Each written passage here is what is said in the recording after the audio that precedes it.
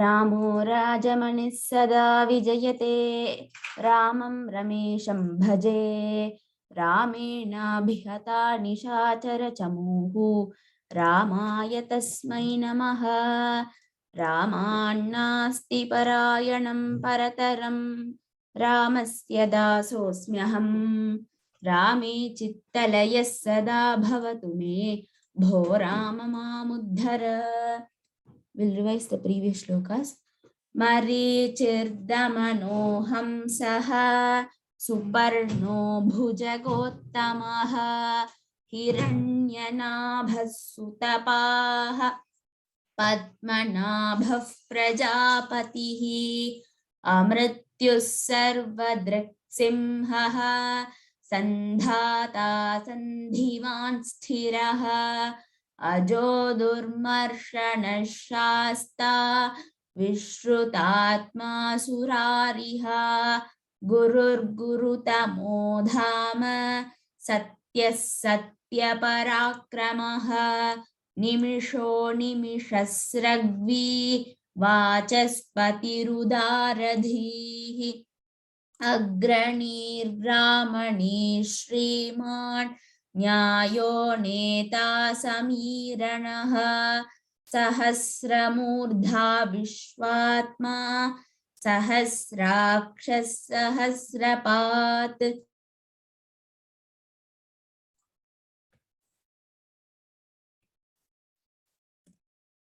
अर्पिता भगिनी.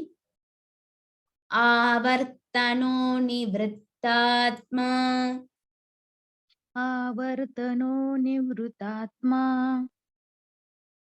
आवर्तनो निवृत्तात्मा निवृत्तात्मा निवृत्तात्मा निवृत्तात्मा निवृत्तात्मा संवृतः संप्रमर्दनः संवृत्तः संप्रमर्दनः संवृत्तः संप्रमर्दनः. In that visargam place is sound has to come. संवृतः संप्रमर्दनः. संवृत्तः संप्रमर्दनः. Not संवृतः, it is संवृतः संप्रमर्दनः. संवृत्तः संवृतः संवृत्तः संवृत्तः संप्रमर्दनः संप्रमर्दनः संप्रमर्दनः. अहः संवर्तको वह्निः अह संवर्तको वह्निः अह संवर्तको वह्निः वह्निः वह्निः. not Bhagini, can you recite it again? अहं संवर्तको वह्निः अहः संवर्तको वह्निः वह्निः. ओके. अहं संवर्तको अहस् अहस् अह संवर्तको वह्निः अनिलो धरणीधरः अनिलो धरणीधरः अनिलो धरणीधरः. उत्तम भगिनी. Thank you. धन्यवादः. आर् विजयलक्ष्मी भगिनी. आवर्तनो निवृत्तात्मा आवर्तनो निवृत्तात्मा आवर्तनो निवृत्तात्मा निवृत्तात्मा निवृत्तात्मा निवृत्तात्मा संवृतः संप्रमर्दनः संवृतः संप्रमर्दनः संवृतः संप्रमर्दनः संवृतः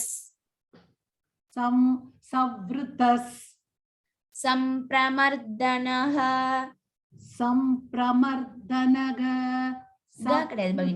नः नः संवृतः संप्रमर्दनः अहः संवर्त संवर्तको वह्निः अगः संवर्तको वह्निः अगः संवर्तको वह्निः अगस् कडेयदु भगिनी अहस् अहस् अहस् संवर्तको वह्निः अनिल अनिलो धरणीधरः अनिलो धरणीधरः अनिलो धरणीधरः धरः धरः अनिलो धरणीधरः அந்த ध எழுத்துறோம் भगिनी धरणीधरः धरणीधरः आम् उत्तमं भगिनी राजामणि महोदय he is in the meeting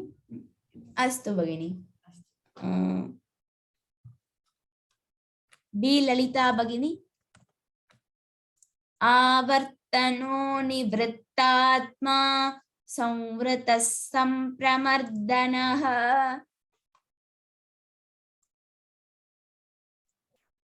B ललिता भगिनी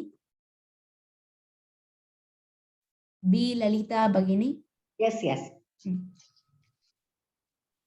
फर्स्ट लाइन आवर्तनो निवृत्तात्मा संवृत्तः संप्रमर्दनः आवर्तनो निवृत्तात्मा संवर्तः अस्तु भगिनी आवर्तनो निवृत्तात्मा आवर्तनो निवृत्तात्मा संवृतः संप्रमर्दनः संवृत्तः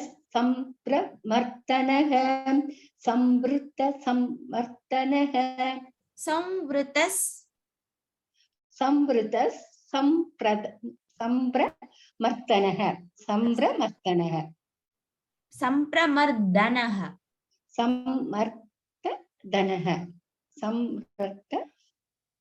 भगिनी उंग वॉइस ब्रेक ஆகுது சரியா கேக்கல संप्रमर्दनः संप्रमर्दन ओके संप्रमर्दनः अस्तु அது கொஞ்சம் பிராக்டீஸ் பண்ணிக்கோங்க भगिनी अह संवर्तको वह्निः अह संवर्तको वह्निः अह संवर्तको वह्निः अह संवर्तको वह्निः अह संवर्तको वह्निः वह्निः கிடையாது भगिनी वह्निः वह्निः अह संवर्तको वह्निः अस्तु प्रैक्टिस பண்ணுங்க भगिनी अनिलो धरणीधरः अनिलो धरणीधरः अनिलो धरणीधरः धरणीधरः धरणीधरः அந்த ध கொஞ்சம் எழுதணும் भगिनी धरणीधरः प्रैक्टिस பண்ணிக்கோங்க भगिनी सुमन भगिनी आवर्तनो निवृत्तात्मा संवृतः संप्रमर्दनः अह संवर्तको वह्निः अनिलो धरणीधरः आवर्तनो निवृत्तात्मा संवृतः संप्रमर्दनः अह संवर्तको वह्निः अनिलो धरणीधरः आम् उत्तमं भगिनी हेमावती भगिनी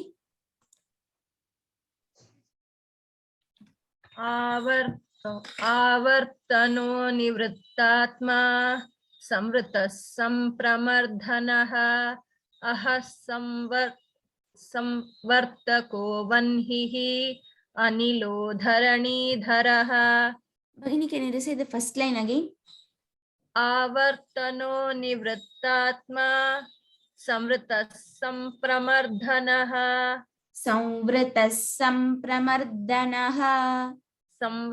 संप्रमर्दनः the should not be stressed भगिनी संप्रमर्दनः and the second line अह संवर्तको वह्निः अनिलो धरणीधरः. Uttamam Bhagini, but I will recommend you to use fifth using the fifth letter of each vargam. Okay. Anuswara. Where Bhagini? Samvritas. You has to come. Samvritas. Okay. Okay. Astu. Astu Bhagini. Dhanyavadah. Dhanyavadah. Dhanyavadah. Lakshmi Ramesh Bhagini. Suprasadav prasannatma.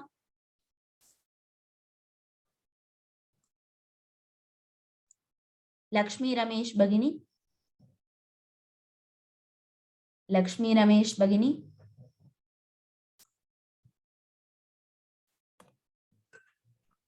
Anup Kumar Mahodaya. Suprasadav prasannatma. Suprasada prasannatma. Suprasada prasannatma. Amadha, if has to come. Suprasadav prasannatma. Okay. Suprasada prasannatma. Suprasada prasannatma. Vishwadhrig Vishwabhug Vibhuhu. Vishwadhrig Vishwabhu First Mahodaya, Vishwadhrig, then Vishwabhug, then Vibhuhu. Okay. Vishwadhrig Vishwabhu Vibhuhu. Vibhuhu. I'll try once again. Yes, Mahodaya. Vishwadhrig Vishwabhu Vibhuhu. Vibhuhu. Vishwadhrig Vishwabhu Vibhuhu. Vishwabhug Vibhuhu. Vishwadhrig Vishwabhug Vibhuhu. Satkarta Satkrita Sadhuhu. Satkarta Satkrit Sadhuhu. Sorry. Satkrita Satkrita Sadhuhu. Satkarta Satkrita Sadhuhu. Satkarta Satkrita Sadhuhu. Sadhuhu. Sadhuhu. Janhur Narayano Naraha. Janhur Narayano Naraha. Janhur Narayano Naraha. Uttama Mahodaya. Hema Balasubramanian Bhagini.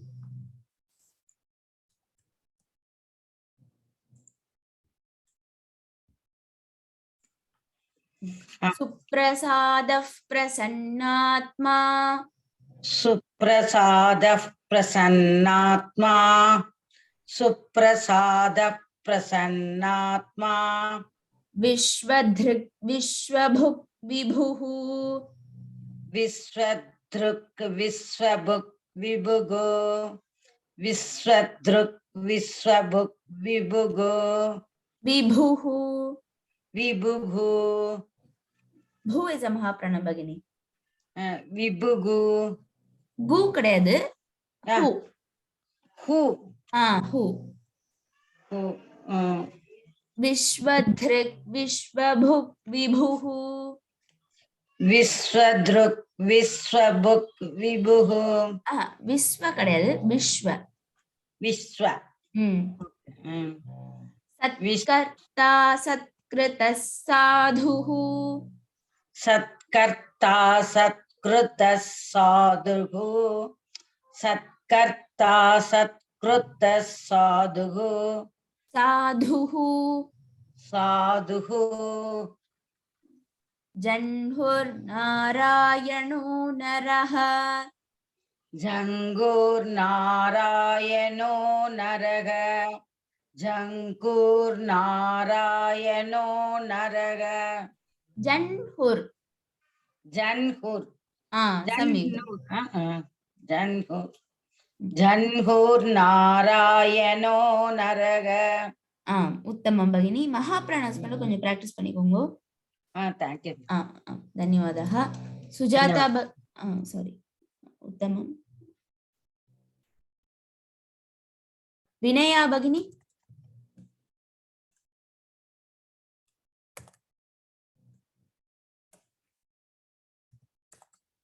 अस्तु अभिजित् कश्यप महोदय सुप्रसादः प्रसन्नात्मा विश्वधृक् विश्वभुक् विभुः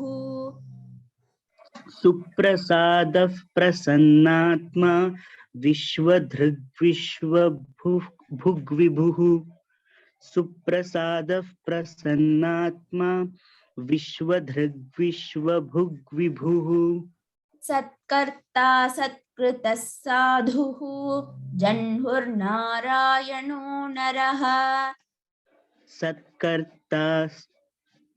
सत्कर्ता सत्कृतः साधुः जह्नुर्नारायणो नरः सत्कर्ता सत्कृतः साधुः जह्नुर्नारायणो नरः उत्तमं महोदय प्रियदर्शिनी भगिनी धन्यवादः धन्यवादः सुप्रसादः प्रसन्नात्मा विश्वधृक् विश्वभुक् विभुः सत्कर्ता सत्कृतः साधुः जह्नुर्नारायणो नरः सुप्रसादः प्रसन्नात्मा विश्वसृग् विश्वभुक् विभुः सत्कर्ता सत्कृतः साधुः जह्नुर्नारायणो नरः जह्नुर्नारायणो नरः जह्नुर्नारायणो जह्नुर्नारायणो नरः and Bhagini can you recite the first line again सुप्रसादः प्रसन्नात्मा विश्वसृग् विश्वभुक् विभुः विभुः भा is a महाप्राण Bhagini विभुः सत्कर्ता सत्कृतः साधुः जह्नुर्नारायणो नरः साधुः ध is a महाप्राण Bhagini ओके अस्तु भगिनी धन्यवादः कुशला भगिनी Yes. Full shloka. भगिनी Sorry. no problem सुप्रसद्दः प्रसन्नात्मा विश्वधृक् विश्वभुविभुः सत्कर्ता सत्कृतः साधुः जह्नुर्नारायणो नरः जह्नुर्नारायणो नरः जह्नुर्नारायणो नरः and in the first line Bhagini suprasadah prasannatma Then shall I say once again? Bhagini सुप्रसादः प्रसन्नात्मा विश्वधृक् विश्वभुविभुः विश्वधृक् विश्वभुक् विभुः विश्वधृक् विश्वभुविभुः भू is ह्रस्वम् विश्वभुक् विभुः विश्वभुक् विभुः सत्कर्ता सत्कृतः साधुः जह्नुर्नारायणो नरः जह्नुर्नारायणो नरः Bhagini it's not jannur it is janhur जह्नुर् सम्यक् जह्नुर्नारायणो नरः उत्तमं भगिनी समर्थ महोदय असंख्येयो प्रमेयात्मा असंख्येयो प्रमेयात्मा असंख्येयो प्रमेयात्मा असंख्येयो असंख्येयो असंख्येयो असंख्येयो not sir asанkhyeyo असंख्येयो ख्येयो हेयो प्रमेयात्मा प्रमेयात्मा विशिष्टः विशिष्टस् विशिष्टस् शिष्टकृत् शुचिः शिष्टकृत् शुचिः शिष्टकृत्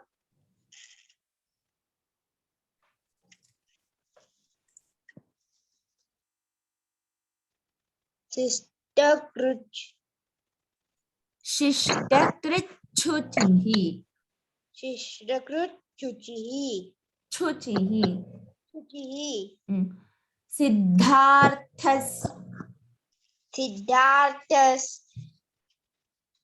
सिद्धार्थस् सिद्धसङ्कल्पः सिद्धसङ्कल्पः सिद्धसङ्कल्पः सिद्धसङ्कल्पः सिद्धसङ्कल्पः सिद्धिदस् सिद्धिदस् सिद्धिदस् सिद्धिसाधनः सिद्धिसाधनः सिद्धिसाधनः सम्यक् जस्ट practice the महाप्राणास नेता भगिनी असंख्येयो प्रमेयात्मा नीता भगिनी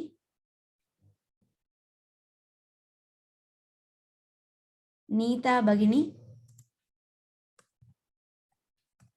नंद किशोर महोदय हाँ भगिनी आं भगिनि अस्तु एकनिमिषं भगिनी नंद किशोर महोदय वदतु असंख्येयो प्रमेयात्मा असंख्येयो प्रमेयात्मा असंख्येयो प्रमेयात्मा विशिष्टशिष्टकृच्छुचिः विशिष्टशिष्टकृच्छुचिः विशिष्टशिष्टकृच्छुचिः सिद्धार्थसिद्धसङ्कल्पः सिद्धार्थसिद्धसङ्कल्पः सिद्धार्थसिद्धसङ्कल्पः सिद्धिदसिद्धिसाधनः सिद्धिदसिद्धिसाधनः सिद्धिदसिद्धिसाधनः आम् उत्तमं महोदय नीता भगिनी असंख्येयो प्रमेयात्मा विशिष्टशिष्टकृच्छुचिः असंख्येयो प्रमेयात्मा विशिष्टशिष्टकृच्छुचिः असंख्येयो प्रमेयात्मा विशिष्टशिष्टकृच्छुचिः सिद्धार्थसिद्धसङ्कल्पः सिद्धिदसिद्धिसाधनः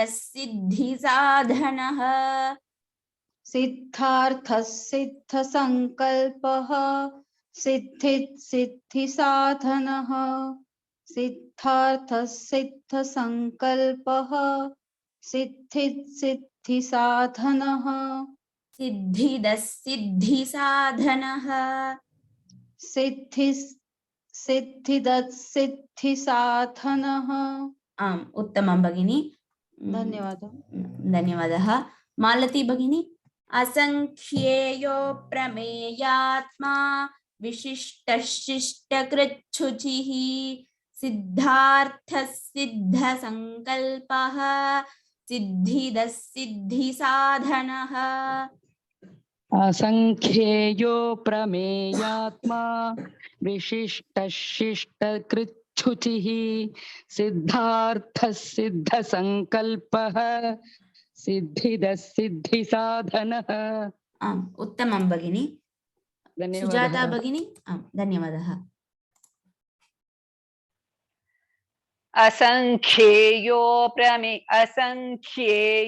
प्रमेयात्मा विशिष्टशिष्टकृच्छुचिः सिद्धार्थसिद्धसङ्कल्पः सिद्धिदसिद्धिसाधनः उत्तमं भगिनी धन्यवादः धन्यवादः I'll recite the 3 shlokas आवर्तनो निवृत्तात्मा संवृतः संप्रमर्दनः अहः संवर्तको वह्निः अनिलो धरणीधरः सुप्रसादः प्रसन्नात्मा विश्वधृक् विश्वभुक् विभुः सत्कर्ता सत्कृतः साधुः जह्नुर्नारायणो नरः असंख्येयो प्रमेयात्मा विशिष्टः शिष्टकृच्छुचिः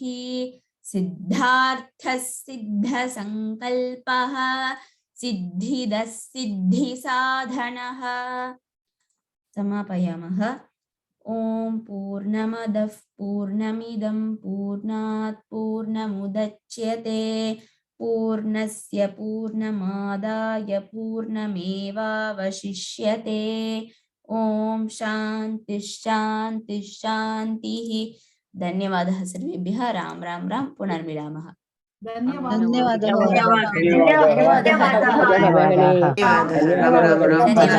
महोदय राम राम राम पुनर्मिलामः। राम राम धन्यवादः धन्यवादः राम राम राम धन्यवादः राम राम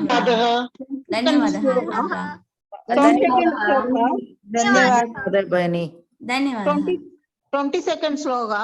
आं भगिनी 20 सेकेंड श्लोक असंख्येयो असंख्येयो शेवा खिये भगिनी अदु कोंచెం అడుగుతున్నా असंख्येयो సాంఖ్య యోగం మరి సాంఖ్య అంద भगिनी 22 भगिनी आं भगिनी 22 पुनर्मिलनः 22 आं भगिनी 20 सेकेंड श्लोक व्हाट इज योर डाउट अमृत्यम् अमृत्युस् अमृत्युः सर्वदृक् सिंहः 2 lines tell me संधाता संधिमान् स्थिरः अजो दुर्मर्शन शास्ता विश्रुतात्मा सुरार्यः। thanks भगिनी